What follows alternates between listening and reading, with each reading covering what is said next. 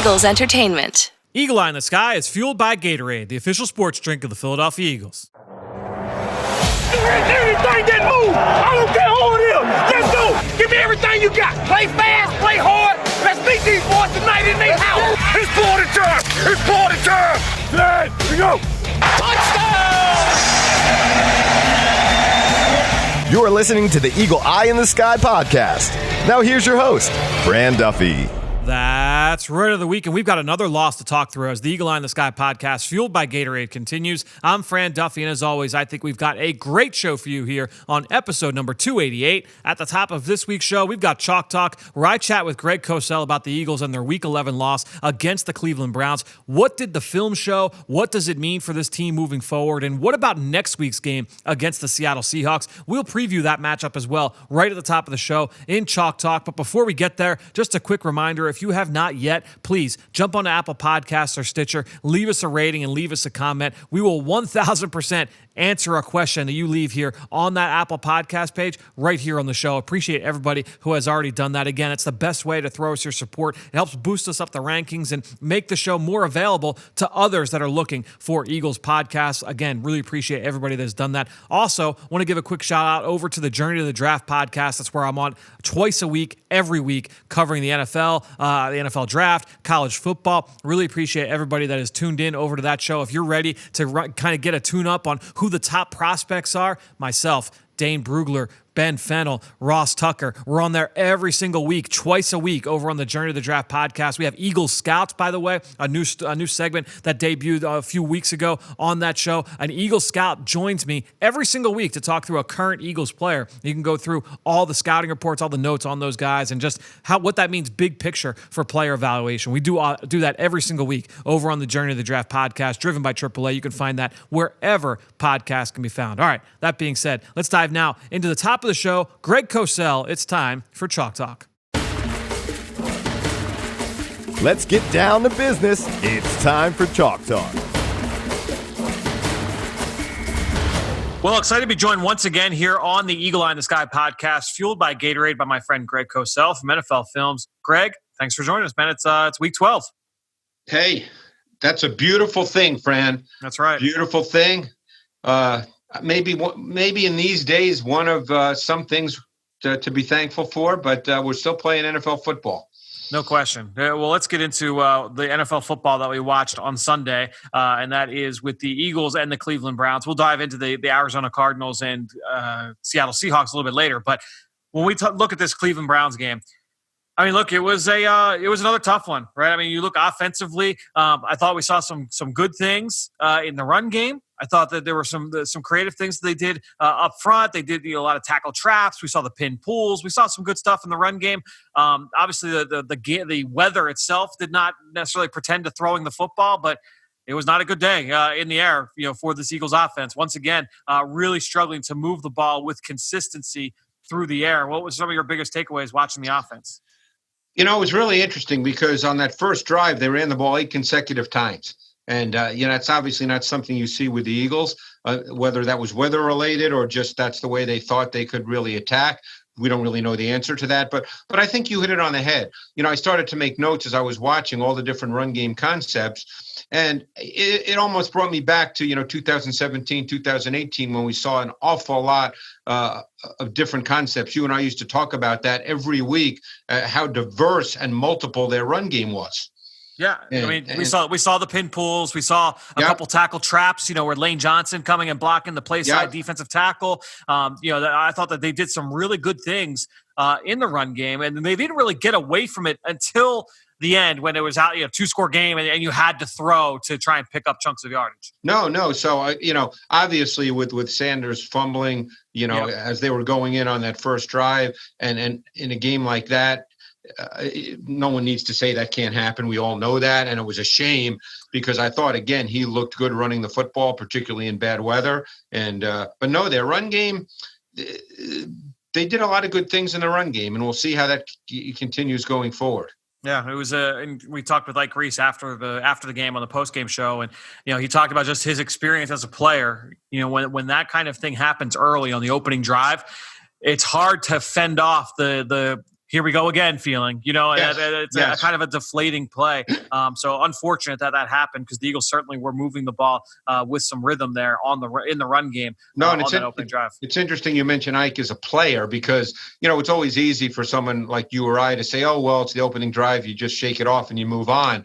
And it's good to get Ike's perspective on that, especially. And look, the reality is it's not been an offense that's been putting up a lot of points and it's been a struggle in a lot of these games. So I guess when that happens on the first series as a player, you just get that here we go again feeling.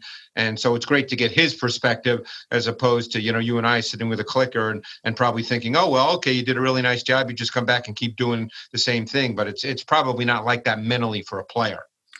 Greg, I want to ask you a question, and we'll say this in the best terms that we can. What are you seeing from the pass game right now? Like in terms of like the issues that we're seeing, what does the film show watching, Carson Wentz and just the pass game, and not just in this game, but just over the last few weeks? I would say, again, if I just had to say what the film shows from a tactical perspective, and I think that's what you're asking me, correct? Yep, exactly. I think you're seeing a lot of individual isolation routes in man-to-man situations. I think they count on their receivers to win early in their routes. And I think the film shows that that's not happening with the consistency that you'd ideally like. So therefore, there's not a lot of defined throws for Carson Wentz, particularly on 3-step, 5-step drop timing. And I think that's led to Carson. And again, I don't know what's in his head. I'm just responding to the film. I think that's led to Carson being a little tentative. He's not been a turn it loose thrower as he was early in his career. And that's one of the things you and I loved about him. So I think those are the kinds of things that the film show. It's just interesting watching it because every play, there's always something where you're like, all right, well, if this goes a little bit differently, then this changes, right? And to me, like, watching the interception return for a touchdown, and this was different. This is not one of those isolation plays that you're talking about because it was a two-man concept to the left side of the field. To the wide, it was a half field read to the wide side of the field because there were no routes to the boundary. Yep, and to me, like watching that play, I kind of, you try it all because all we can do. We're not Carson. We're not talking to Carson, like, as obviously he would understand, or anybody on the inside of the building would know. But like, you're watching him drop back. You see Andrew Sendejo kind of float over that route from Jalen Reagor, and you're like, all right, well, with everything that's gone on, you take big picture and you kind of understand, all right, well, I see why Carson didn't make that throw, right? I see why he was maybe, not willing to say, all right, I'm just going to pull the trigger and fire this to the back shoulder in the rain when the turnovers already happened in this game. And, I'm getting railed on these turnovers over and over and over again, week after week. So now he goes to the check down. He has to hold on to the ball a tick longer to turn to his left and dump it off to Sanders. And that's when he gets hit from the blind side and the pick goes the other way. And then it's a touchdown. Like, it's just tough, man. Like it's because it's a lot of these little things, and it's a missed block by Richard Rodgers, who otherwise had a good game as a blocker overall in this game. A missed block turns into 6 points the other way. Yeah, and again, you and I can't speak to what's in Carson Wentz's head. We can only take a look at the film. Did it look like the throw was there? You and I would probably say, yeah, it did look like that throw was there, but only Carson could tell us why he didn't throw that ball. Yeah, it's a tough one because I think you look at that and you say, yeah, like, and you talk to people about the play and you see the different analysis all over the internet and all over the media about the play. Some people say, yeah, like he should have thrown that ball. That ball should have come out. And then you see part of it and it's like, yeah, like I kind of understand why he didn't throw the ball, given the circumstances. But it's just one of those small plays where you kind of look at it and you're like, all right, well, all the different circumstances that go into it. But that's kind of how I saw it was he sees Sendejo kind of floating over Reagor, and it doesn't pull the trigger, says, all right, I'm going to check it down to the running back at 2nd and long. At the very least, we're looking at 3rd and manageable at the very least. But hopefully Sanders can make something out of nothing and make a big play. And unfortunately, that was not able to happen. To me, though, Greg, and this is not an offense thing. This is a team thing. This is a full team kind of like just taking a step back and looking at the scope of this thing. One of the sequences that really kind of sticks out to me from this game, Cleveland's punting the ball to the Eagles. The ball's up in the air. Greg Ward is under it. He doesn't catch it. The ball bounces inside the 5-yard line. So now the Eagles are inside in a backed up situation where instead of getting the ball at like the 18 or wherever it was, now they're backed up. They end up going not 3 and out. They take a sack on third down, one of 4 third down sacks on the day for the Eagles. They're 2 for 12 on the day on third down, 2 for their last 21 on third down over the last 2 weeks. But they take the sack on third down that because they were backed up is a safety. If they're taking that ball from the 18-yard line, that's a sack and they're punting away. Instead, that's a safety. And with the safety, now they have the free kick afterwards. They kick the ball back to Cleveland on a short field. The defense holds them, but because it was a short field, they get 3 points right there off that missed punt return by Greg Ward. Him letting the ball hit the ground and it bouncing inside the 5. That's a 5-point swing in a game that was decided by 5 points. Like those little mistakes, the culmination of those little mistakes mount up. We're talking about a missed blitzer on a green dog blitz by the tight end. The missed punt return.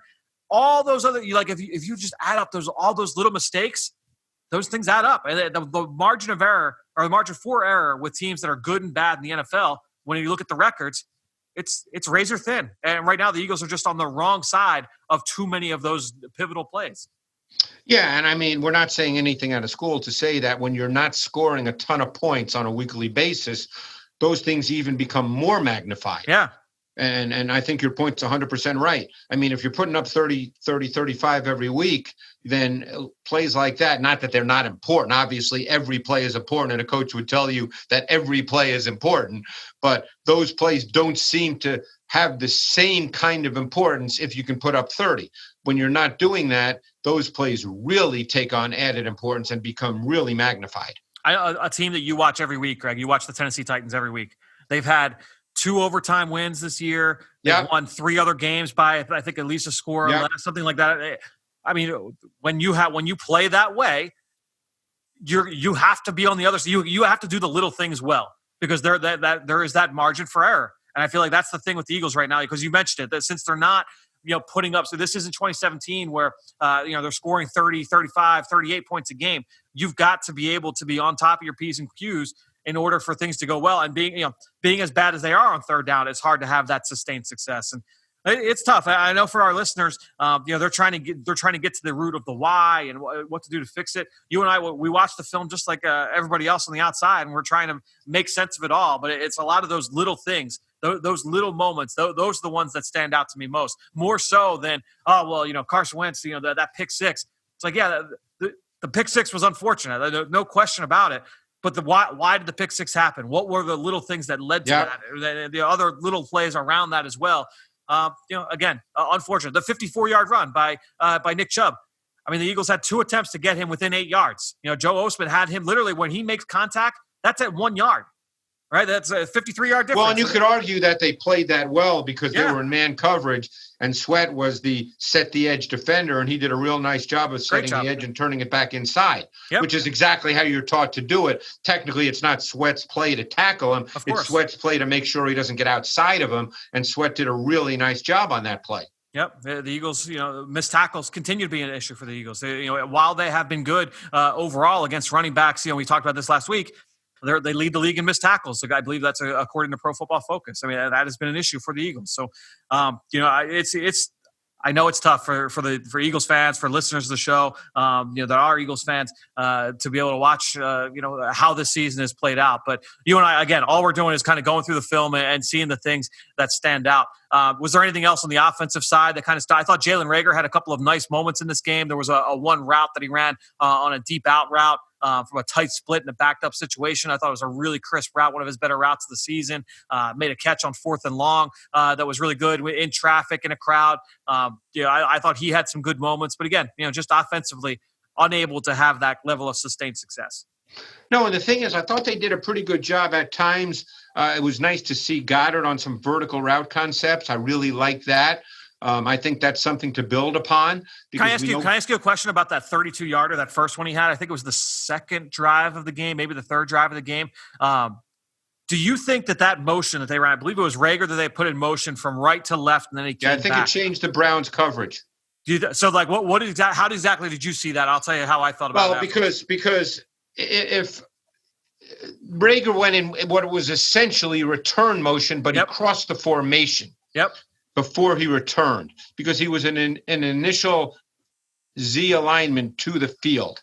So when he started to cross, and I'm trying to remember every element of the play. I'm not seeing it obviously as we're talking, so I'm trying to remember it. Maybe you remember it in more detail.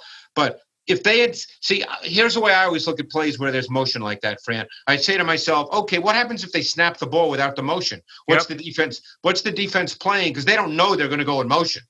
Yep.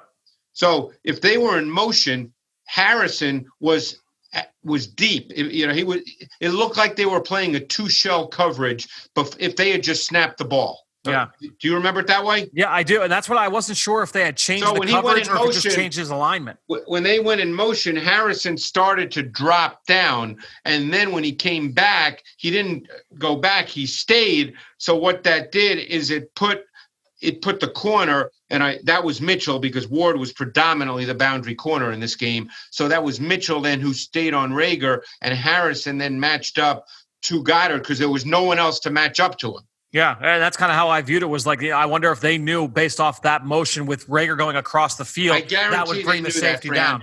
I guarantee they knew that. That motion was not done on a whim. Yep, it was. I thought that was a really well done play and a good use. Yeah, so did I. So it's funny you mentioned that, because I made a specific note of that play, thinking to myself, "Wow, that was really a nice concept." And I love the vertical element with Goddard, because I think he has good vertical ability. Yep, and Goddard ended up being the leading receiver on the day. A couple plays in scramble where he showed the ability to uncover and make himself available. He did that on the opening drive. Yep. His touchdown was of that variety. I thought we saw some good things there from Dallas Goedert for sure. Look, offensive line struggled overall. 5 sacks given up. 4 sacks, like I said, on third down. That's obviously very difficult. A couple of injuries in the game. You had both tackles going in and out. Jason Kelsey was in and out. We saw some young players get in. Once again, we saw some Jack Driscoll. We saw some Sua Opeta. Matt Pryor played both right guard and right tackle. We saw Jordan Mailata end up back in left tackle. And right tackle. And played some right tackle as well. Yeah, so saw a lot of different combinations once again. Again, if you're being realistic, and it's, you know how it is with fans, and we get it. We live in Philadelphia, Fran. We get it. We understand what Philadelphia fans are like, and they want it to be great every week, as we all do. But, this offensive line this season, I don't know another team that's probably made as many changes due to injury that the Eagles have had to make this year on the offensive line. And, it's easy to talk about any number of things, okay? And we know in Philly that, the head coach and the quarterback, it's probably true in every city, but in Philly, it's particularly true. They're the easy targets. But it's tough to play this way. It's just a hard deal on a weekly basis. Yeah, I agree. It's certainly an uphill battle for sure when you're dealing with that lack of continuity that they've had due to injuries this season up front. Let's go over to the defensive side. I would say overall, I thought the defense was pretty good in this game. So did I thought we saw some really good things up front against a physical downhill run game. We talked about what the Cleveland Browns like to do and all the things they did up front. I thought they defended the run really well. I mean, until Chubb had that 50-yarder early in the fourth quarter, and that put him over 100, I thought they defended the run really well. And there's a couple of players that really stood out to me. That's what I was just going to ask you. Who was it that stood out to you most on D? I thought Singleton played really well in this game. Coming off what I thought was his worst game against the Giants, I thought he played really, really well. He trusted what he saw. He was much more aggressive playing downhill. I thought he played really well. I thought Josh Sweat also looked really good. He was my next guy. Yeah, I thought Josh Sweat had a really good game. He was my next guy that I was going to mention. Yeah. I thought that he played really well. And, then there was a guy I didn't think played particularly well. I don't know if you want to go there, but what did the film show you? I don't think Jalen Mills played well. It was definitely not. It was definitely one of his worst games as an Eagle, I would say. Mentally, he did not seem. Physical mistakes are physical mistakes. They happen in an NFL game. But mentally, I thought he played a poor game. I think that, and one thing that I thought was really interesting, the variety of packages they played defensively, because we saw. A ton of packages. A lot of different packages, a lot of different defensive back groups, a lot of different linebacker groups. What were some of the things that you wrote down? I'm sure you took notes in terms of how guys were used, but you saw we saw 4 safeties on the field. We saw 4 linebackers on the field. A lot of different looks from the defense. Well, a lot of that plays into it. You kind of just nailed it. I mean, when they went 4-4 versus 13 personnel, 3 tight ends, Mills was the corner. He was and of course he has corner experience, but I mean, essentially they were playing with 3 safeties because Mills is now a safety. Then they also played 4-3 with 4 safeties versus Brown's 13 personnel, with Wallace being the 4th safety. We saw Taylor getting a number of snaps in that 4-4 package. So, they clearly, I mean, this was a specific game plan for Cleveland. And when we get to Seattle, we know that will not be the case this week. Of course. I was interested to see, because it seemed like they played more of that 4 safety look in the second half. I wonder if that's because those first couple drives when the Browns came out in 13, I mean, the first play of the game, they came out in 13, I believe it was an empty. It seemed like they were throwing a little bit more out of 13. And they said, all right, rather than go 4 linebackers, let's go with a heavier secondary group and try and see if we can play the matchups there and not give up too much more in the run game. I kind of wondered if that was the adjustment. I didn't go back and chart all of them, but that was my thought after going through the film. I mean, that's possible. I didn't quite, I didn't look at it that way, but you could well be right. Defensively, I thought, you talked about Davion Taylor. Look, we saw the movement skills. I was interested to see ultimately where he lined up. Outside of the goal line packages, he played kind of how he was used in college, to be honest. He was kind of an overhang player. He played as an overhang player. And so if you're going to use him in those 4-4 looks against the heavier packages, like, that makes a lot of sense. Have him do what he does, which is good. Let him get his feet wet a little bit on defense, which was certainly. Well, he was not drafted to be a box player. We know that. I mean, not day one, that's for sure. No, not right yet. Yes. Right. I'm trying to think if there was anything else defensively. I thought Fletcher Cox and Wyatt Teller was a really fun battle to watch inside. Fletcher got. Cox had a couple of really good snaps. Obviously, the sack force fumble where he walked Teller right into the pocket. That was sweet. And then he had another good pass rush versus Treader in the third quarter when he was aligned at the zero technique. Yep. And he forced Mayfield to leave the pocket, and Singleton cleaned up for the sack. Yep. Yeah, I thought that that Fletcher certainly had a couple nice snaps. We saw some good things from Hargrave. We saw some good things from Malik Jackson. Really, I thought the front seven overall did a lot of good things. So did I. I mean, look, the numbers may not show that when all was said and done, but obviously that 54-yarder by Chubb on the fourth quarter touchdown drive that essentially wrapped up the game. We talked about that, but until he had that 54-yarder, I thought they defended the run very well. Yeah, I thought that they did a pretty solid job overall, especially considering the opponent with those two guys and what they do. Just kind of looking big picture stats. I'll try and give an update on stats whenever I can. Eagles continue to not really give up a lot of big plays down the field. They did in this game, but overall, they did. I mean, they're third overall in 20 plus completions down the field. They've really limited the big play overall in this season. Missed tackles I mentioned earlier continue to be an issue, but they're continuing to get pressure on the quarterback. They're 6th overall on third down. They're top 5 in red zone efficiency, which you wouldn't have expected considering how the season started. They were not great in the red zone to start, but they've really tightened things up inside the 5 or inside the 20 rather, over the course of the last few weeks. So look, the defense continues to do some good things. It's a play here and there that they'd like to be able to get back. Let's go now to this matchup here against Seattle, Greg. Seattle, they just played last Thursday night against the Arizona Cardinals. And now they don't play again until next Monday night, a week from tonight that we record this. So they've got a little bit of a mini bye week here to get healthy, and they need it because they've had a bunch of guys that were hurt. It looks like, based off reports, they're going to get Chris Carson back for this game. They're going to get Ethan Pocic, the center, back for this game. They're going to get the corner Shaquille Griffin back for this game. So, they're getting healthy as well. Overall thoughts, I guess we'll start on the offensive side of the ball. A little bit of a different look for the Seahawks. The Eagles have played the Seahawks a lot over the last few years, but this is a little bit of a different look schematically and philosophically, I would say. Maybe not. I know you watched the Arizona game. I thought they went back to their 2018-2019 formula in that game. More 12 personnel. They ran the ball. I don't know what their exact, let's say, first down run percentage was, but they ran the ball more. There was more quick game. There was more play action, more boot. This is what their formula was in 2018, 2019.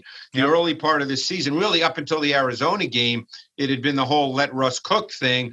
But the problem with that is no matter how good your quarterback is, and we know Russell Wilson is a great quarterback, that's not the point. But it's really hard going into every game, Fran, and you know this, and say to your quarterback, hey, we can't win unless you're great. Right. So, again, we don't know what they'll do going forward, but they certainly went back against Arizona to more of their 2018-2019 formula and profile, in which they were much more heavy run in normal down and distance situations. Yeah, to give our listeners a little bit of paint the picture a little bit. As you mentioned, the 2018 formula, they were first in the league in run percentage on 1st and 10. They ran the ball 52.8% of the time on 1st and 10. And those are not Russell Wilson runs. Those are runs by the back. Yep. And the year before, or the year after, rather, last year, 2019, they were just a little bit lower than that, 46%. They were 6th in the league. This year total, they're 38%. They're 24th in the league. But as you mentioned, last week against Arizona, they certainly were running the ball a little bit more, especially on 1st and 10. And you looked at just kind of watching that game. They certainly had a focus on the outside zone, pin pull. They were working the interior, or the perimeter rather. Lots of toss plays, flip plays. They were trying to get Carlos Hyde and those guys out in the perimeter. They run outside zone, the 5th most in the league right now in terms of trying to work the perimeter. But you get Chris Carson back. You get Carlos Hyde back last week. You got a couple of physical backs. They're going to try and get downhill against this Eagles defense. This has been a trap team in the past. I think that we'll see a few trap plays from this team. I'm interested to see how they try to play it on Monday night. And Chris Carson, to me, is one of the most overlooked backs in the league. He was not a high draft choice. He's not explosive. He's not going to break, 50-yard runs. But he is kind of an old school back. He is your classic back that gets 7 when there's 3 to get. And he is, and I'm curious, and we don't know the answer to this, obviously, but I'm very curious to see if they kind of go back and stay with that profile, because, he can grind out yards. And you know how it is for an offense. And think of it this way. When you run the ball like they did in 2018, 2019, what's the toughest situation for a defense with Russell Wilson? 3rd and 3, 3rd and 4. That's where his legs are really a big, big factor. So if you get into those kinds of situations on 3rd down, that is a tough assignment for the defense. Yeah, I think that is certainly kind of one of the X factors of this offense, is what he's able to do, as a runner. I feel like, usually what we would say about Russell Wilson, kind of what you just said, like, hey, when it's a high leverage situation, when it's if it's red zone, if it's 3rd down, it felt like the other night too, that was a little bit of a change, is that you kind of saw him run a little bit more than what I had seen watching a few other games from this season. I thought that was kind of a little bit of an interesting thing from that game against the Arizona Cardinals. And then you get the second reaction plays by Wilson, which was a huge factor in the Arizona game. They're theoretically a huge factor every single week, because he's one of those quarterbacks that he does something that you would never teach. And I think I can't recall, and I've been doing this a long time, Fran, anybody who does this, certainly as well as Wilson. There's guys who do it and they don't do it well at all. And what I'm talking about is this. He has the ability to drop his eyes, look at the rush, move, then bring his eyes back up, totally refocus, and make throws at the intermediate and deeper levels. You would never teach a quarterback to do that. Right. Yeah, I think that, and his deep ball, is it's great. It's one of the best. It's one of the best in the game. And I guess we could talk about just what they do conceptually in the passing game. To me, just watching, I've watched all their big plays. I've watched all the targets to Metcalf, all the targets to Lockett. I've watched several games in full. They are great. Number one, at attacking man-to-man coverage. They are great with vertical route concepts, whether it's play action or straight drop back. They're one of the most explosive teams out of empty in the league. They don't run it a ton, but when they do, they are extremely effective, and they really put a lot of stress on defenses. Part of that is because of Russell's legs and what he can do to extend plays. But, it's an explosive passing game. They're going to put a stress on the Eagles in a lot of different ways on Monday. Well, one thing they love to do, they've been doing it for going back last year when Metcalf was a rookie, because it certainly fits him. And if they get man coverage, which the Eagles play a good amount of, they love to run mirrored crossers, mirrored vertical route concepts with Lockett and Metcalf. Both guys can run. Metcalf can run away from anyone with his speed, and they run those mirrored crosses, and that's tough to defend.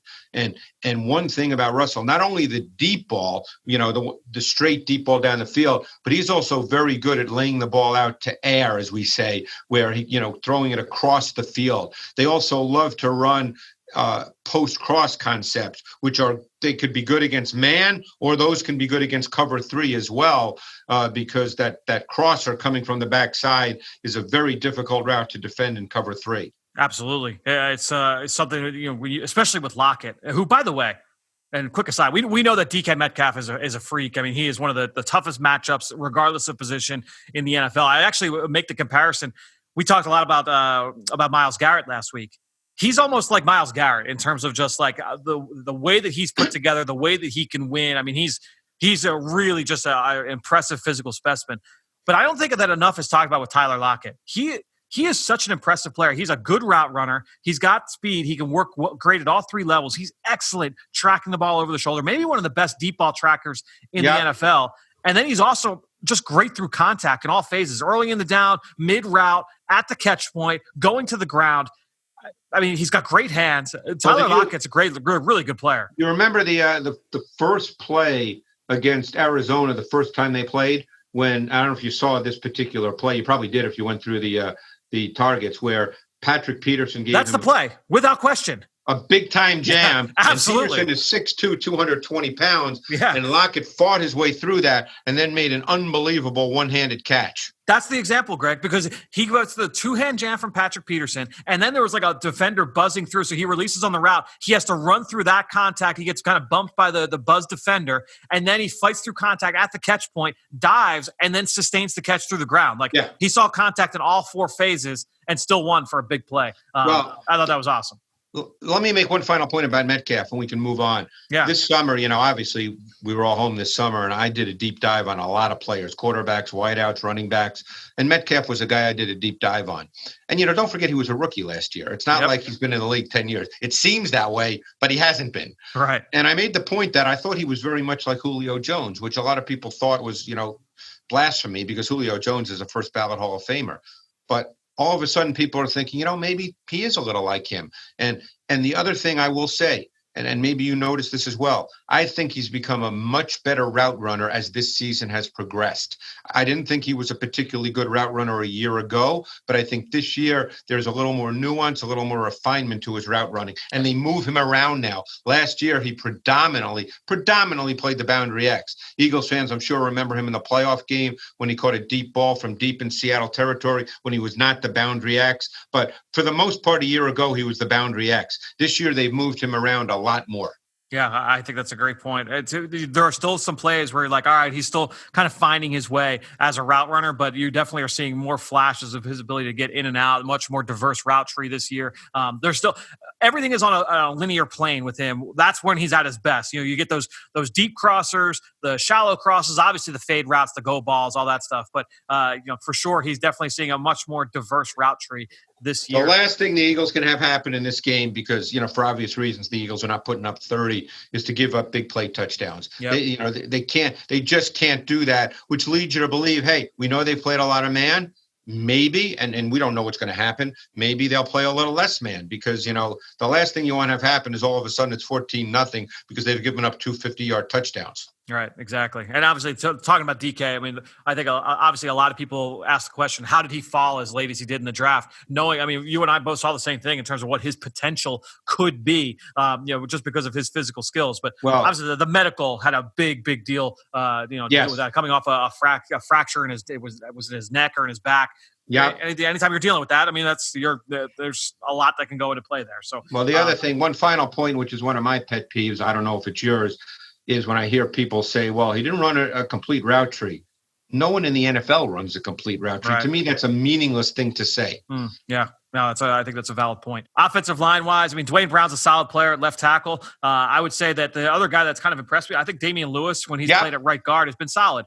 Better than I thought he would be, honestly, coming out of LSU. I didn't think that he was this kind of player, and he's doing a really nice job as the right guard. They had to play him at center this past week against Arizona. It didn't go great, but he is moving back to right guard for this week. Yes. Pocic coming back. Another guy who I think, and again, he's probably not playing this week, but because I watch Seattle every week, and who knows about Mike Iupati, because he's been in and out of the lineup. He's an older player now. But I think this Jason Simmons kid, when he's played left guard, has done a really nice job for them. Okay, interesting. Yeah, he was inactive this past week. I know he's been kind of in and out. Well, that's because Iupati was, when Iupati plays, Simmons doesn't. But you never know with Iupati, like I said, at this point. Sure.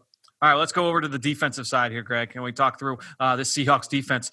Not the Legion of Boom. And obviously not even just from an effectiveness and a stat standpoint and all that, but with those defenses back in the day, it was well-defined, not simple, but you knew what to expect. You knew what you were getting when you played Seattle. They were just better than you. Yep. This group is much different in that coverages kind of mix and match. They pressure a lot more. They've got more positionless players that kind of move around and do different things. There's much more versatility. You don't necessarily know how they're going to line up when they come out. There's more packages with this group. Is that a fair statement to make?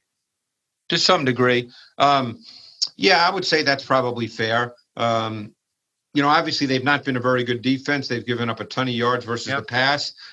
They didn't really have a pass rush. They got Dunlap now. He's starting to add a little bit to the pass rush. I think we're seeing more stunts, more games up front. Jamal Adams he's a pass rusher and he's a box player. In some ways, while he's really good at those two things, he limits what you can do because he's not really a man defender and he's not a back end player. Right. No, that's a really interesting point. And I think that a lot of people. That's what the tape shows, Fran. Yeah. I'm just going by what the tape shows. I think it's an interesting conversation because people talk about like the value of Adams after the trade for a first round pick. I mean, it was a hefty price that they paid to acquire him. And I think it's a really interesting conversation to have. Certainly. Look, this is a team that was looking for the ability to get after the quarterback, and he brings that. Obviously, a different package than what you would expect, but with his ability to get after it as a blitzer, he certainly does bring some value, and they've used him in that way, despite only getting him, late in the summer. No question. And look, they use him in multiple ways. They've become. It's funny you talk about the more things they do, more packages. They're more multiple with their front looks out of nickel than they were back in the Legion of Doom days because they didn't have to be. Now you see a lot of double mug fronts, and by that we mean they line up right and Wagner, the two linebackers in nickel in the A gaps. That's a double mug look. Adams is very good blitzing out of that look. What they also do now, because they love matchups with Bobby Wagner on a center, is they'll line up in that 5 across diamond front in their sub nickel, where Wagner basically lines up either as a 0 or as a 1 technique, and they get matchups on the center. So they do more of these things now to try to create opportunities for pass rush because they haven't been able to up to this point simply line up with 4 and rush the quarterback. All right. It's certainly really interesting to kind of watch, especially knowing where that defense came from. When we talk about their pass rush, they acquired Carlos Dunlap at the trade deadline. Greg, I'll tell you what, he played this past Thursday night like his hair was on fire. He was all over the place he got the game-sealing sack, but he was in on another one. He was in on a lot of plays. Yeah, and I think that's their hope is that he continues to be, I always liked him in Cincinnati. He just never got 15, 18 sacks, and people never really talked about him as a big-time sacker. But he is a long, athletic guy, and he looks like a basketball player. And I think he'll really help them going forward because that was a big issue. I mean, we know that pass defense has 2 elements, pass rush and coverage, and the total lack of pass rush was killing their coverage. Because I actually think Shaquille Griffin, who's back this week, is a pretty good corner. So again, I don't make lists of corners, as you know, but I think he's a pretty good corner. I think he's their best corner. I could have sworn that you made a top 15 list of all the corners in the NFL, and that went out. I do that with every position, Fran. You know that. Yeah, exactly.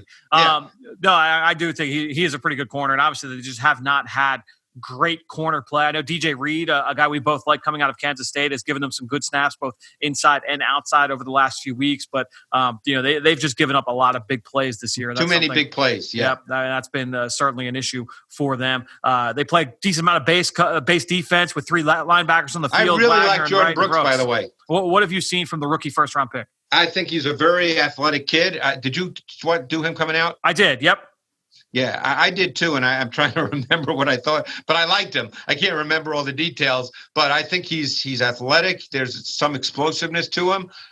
At times, they'll use him as well in the blitz game. There have been times this year where he's played in the nickel with Bobby Wagner, where they give KJ Wright some plays off, but I think he has a chance to be a really good player. Yeah, I think that he's certainly done a lot of good things in that defense, and he'll work in the middle between Wagner and Wright. They'll put him outside. I mean, they do a lot of different things with him, and they've got some backups there at linebacker. They also have the ability to make some plays. I like Cody Barton as well coming off the bench. So they've got a very good linebacking core. It'll be interesting. I'll be very interested to see. This is a defense that flies around. Like I said, they do a lot of different things from a pressure standpoint. You've got to account for Jamal Adams. Certainly underneath. I think they're getting better, Fran, and that's the point. Yep, absolutely. And they're getting healthier, which is big for them as well. Well, Greg, we will be talking about this matchup not next Monday night because they'll be playing it, but next week right here on the Eagle Eye in the Sky podcast, fueled by Gatorade. Thanks again for joining us here on Chalk Talk. Thanks, Fran. Always appreciate it. Experience the fastest internet and more in a snap. With Xfinity Wi-Fi, you get the speed, coverage, control, and security you need for the ultimate in-home Wi-Fi experience. Xfinity, proud partner of the Philadelphia Eagles.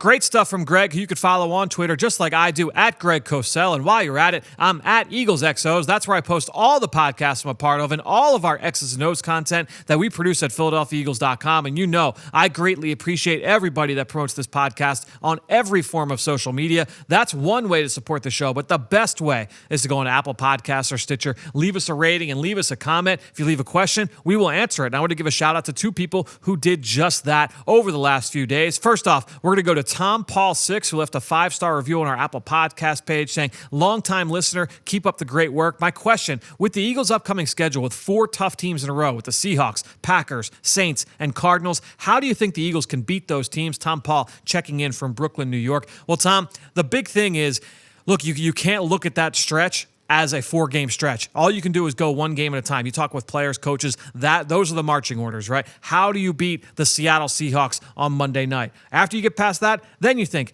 how do we beat the Green Bay Packers on Sunday afternoon? After that, how do you beat the New Orleans Saints on Sunday afternoon? If you try and think of a big picture and say, man, this is a really tough slate, how do we run this gauntlet? That's how you get into trouble. All you can do is focus on that week's opponent. Let the coaches and the low-level coaches and the pro scouts, they'll worry about next week. They'll worry about the teams coming down the pipe. All you can do as a coach and as a player is focus on how you're going to win the next game on the schedule. How do you improve from this past week? And that's really the ultimate goal. So, Tom Paul, that's how you can do it. Look, I mean, with the way that the Eagles are playing, all they can do is focus on one game at a time. That's the only way you can get out of it. Then you go to the next one here. The next question comes from the Scouts Doubt. Left us a 5-star review on our Apple Podcast page as well, saying, hi, Fran, have you seen any pattern in the coverages that defenses will play against the Eagles? Do the defenses break their coverage tendencies against them, or do they mostly just play what they play week in and week out? Look, ultimately, and I'm not charting necessarily what every coverage is that every team is running on a weekly basis, so I can't speak with 100% confidence on this, but I don't see any major differences. I think ultimately every team is going to do what they do. Are they going to change from time to time? Yeah, absolutely. You're always going to throw in different kind of wrinkles and do things differently. I thought that the Cleveland Browns, for instance, did some different things at times in this game with Denzel Ward. He traditionally had just been a left corner. There were times in this game where he played namely to the boundary, so he was going to play to the short side of the field. That put him on the right side at times. So, yeah, you're going to see some differences, and even between zone and man, single high, two high, quarters, cover 3. You're going to see differences at times based on the matchup. But ultimately, teams are going to do what they do, right? Some teams more than others, but teams are going to do what they do. And you kind of have an understanding of how they're probably going to play you. And on a drive-to-drive basis, I know that Jim Schwartz will say this all the time, there's no such thing as halftime adjustments in the locker room. You're making those adjustments on a drive-by-drive basis on the sideline. So good question there from the Scouts Doubt. Thanks so much to Tom Paul as well. Special thanks to Greg Cosell and all of you out there for your continued support of this show and all the rest of our podcast offerings here at Eagles Entertainment. All that being said, I think that'll do it. Another show in the books here on the Eagle Eye in the Sky podcast, fueled by Gatorade. For everybody here at the NovaCare Complex, I'm Fran Duffy. We'll talk to you later this week. There's still time to be in the stands at Lincoln Financial Field this season with an Eagles fan cutout. Put on your game day best and upload a photo of yourself so that you can join us on game days. Fan cutouts printed by Rico are only $35, and orders of 4 or more receive a $5 discount per cutout. Best of all, your purchase benefits Eagles Autism Foundation and also waives the registration fee for the 2021 Eagles Autism Challenge event. Order today at PhiladelphiaEagles.com/cutouts.